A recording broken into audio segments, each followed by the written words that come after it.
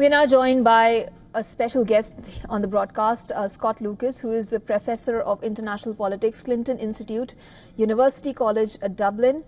Scott, what does Nasrallah's death really mean for Hezbollah here and its backer, Iran? The assassination of Hassan Nasrallah is a serious blow to Hezbollah, from which it will take some time to recover. It's an important symbolic blow. You know, Nasrallah was the overall head of Hezbollah's political operations, its links with other groups, and its military operations. He had been that leader for more than 30 years, ever since he was 35 years old and rose to power in the 1990s. There is no single Hezbollah figure who can replace him at this point. But I think equally important, although it is not in the headlines, is that almost every significant Hezbollah military commander has been assassinated in recent weeks by Israel. So they haven't just taken out Nasrallah, they've taken out almost all of the senior leadership of Hezbollah. Now, Hezbollah will replace these leaders, it will reach into its ranks and promote folks, but of course, they don't have the experience yet. They don't have the experience that Nasrallah and others had. And in addition, you're not just talking about personnel who have been killed.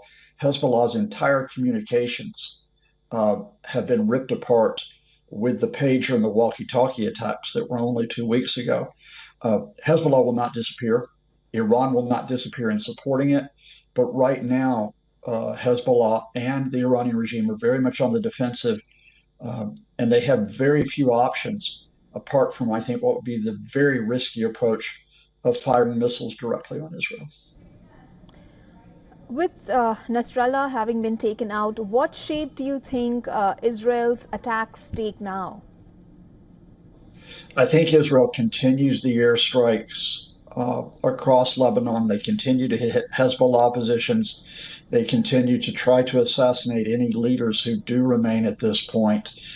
I don't think Israel will carry out the ground invasion, which was threatened by the head of its defense forces. I think that all along, the plan was here, we don't have to carry out that ground invasion to really degrade Hezbollah.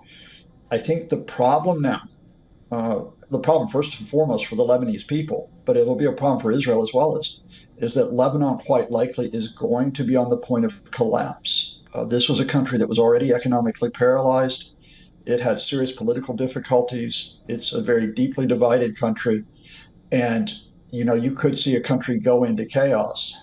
Israel, I don't think, can risk sending in ground forces because they will get bogged down as an occupying force in a country which could go back to the disorder that we saw in Lebanon a generation ago, when, remember, it was in the midst of a very deadly civil war. Scott, you just spoke about the pager attacks, and you also spoke about Nasrallah having been taken out.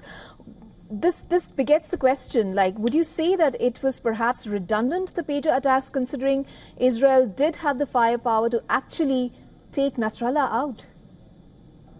You know, the pager attacks were the first stage of what culminated yesterday with the assassination of Nasrallah. And remember, the killing of a lot of civilians in those buildings that were struck. The reason why the pager attacks were part of this is that what you have done is that you have broken Hezbollah's communications. They had stopped using cell phones because those were vulnerable. They had moved to pagers. Then walkie-talkies were hit the next day. So the only way that Hezbollah leaders can really communicate with each other as they are in a war with Israel is to try to meet face-to-face. And of course, when they met face-to-face, as they did yesterday, in that Beirut headquarters, Israel struck. What does it say about Israel's aim and about the impact on ceasefire talks? There will be no ceasefire talks. I mean, let's be realistic here, because there were two aims that will continue that also bring in Gaza. The first aim was very much a personal one for Benjamin Netanyahu. His open-ended war in Gaza was in trouble. You have more than 100 Israeli hostages, dead or alive, still held by Hamas. You have the Israeli military bombing and killing almost 42,000 people, but Hamas is still there. And Netanyahu was facing hundreds of thousands of Israelis who were protesting, who were saying, get our hostages back. And he didn't have an answer for that. He was facing division with his own military, who said, you cannot destroy Hamas. So what does Netanyahu do? He says, let's open up a new front on Lebanon. And when he did that, the second aim comes in, that for years the Israeli military had made plans for an all-out effort to try to destroy Hezbollah. And when Netanyahu made the decision, this is the time to do it, that repaired the rift. It brought him and the defense minister, Yoav Gallant, together. So they have not only damaged Hezbollah, for now it has given Netanyahu the breathing space to continue with operations in Lebanon and in Gaza. Perhaps a little premature to talk about Iran's reaction here. However, Scott, we're going to have to take it, we'll have to end our chat here. And thank you so much for your opinions and your updates on this. Thank you. For all the latest news, download the WION app and subscribe to our YouTube channel.